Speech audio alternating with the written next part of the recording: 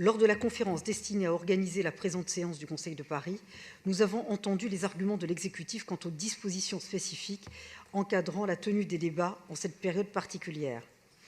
Nous considérons cependant que les impératifs sanitaires du confinement ne doivent pas conduire à confiner la démocratie.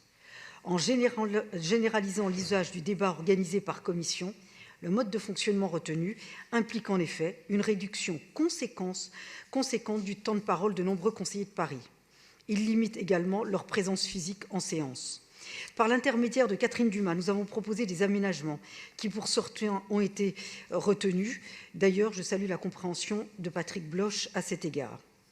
Alors que tout a été fait pour réduire la durée de cette séance, nous nous interrogeons cependant sur le maintien de communications non obligatoires, comme sur le PLU et sur l'emploi, qui pouvaient être décalées, car elles méritaient sans doute un débat dans une configuration beaucoup plus adaptée.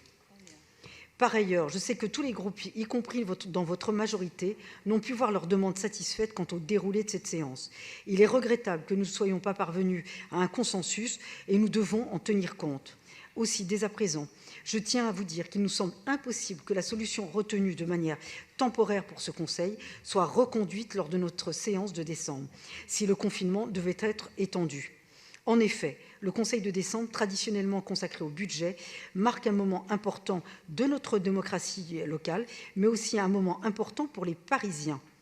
Il est l'occasion de débats techniques, certes, mais aussi de prise de parole politique.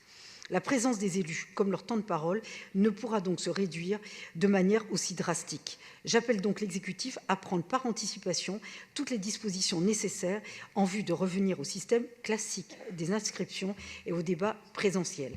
D'ailleurs, si l'Assemblée nationale avait agi de la sorte, vous auriez été la première à protester. Je vous remercie.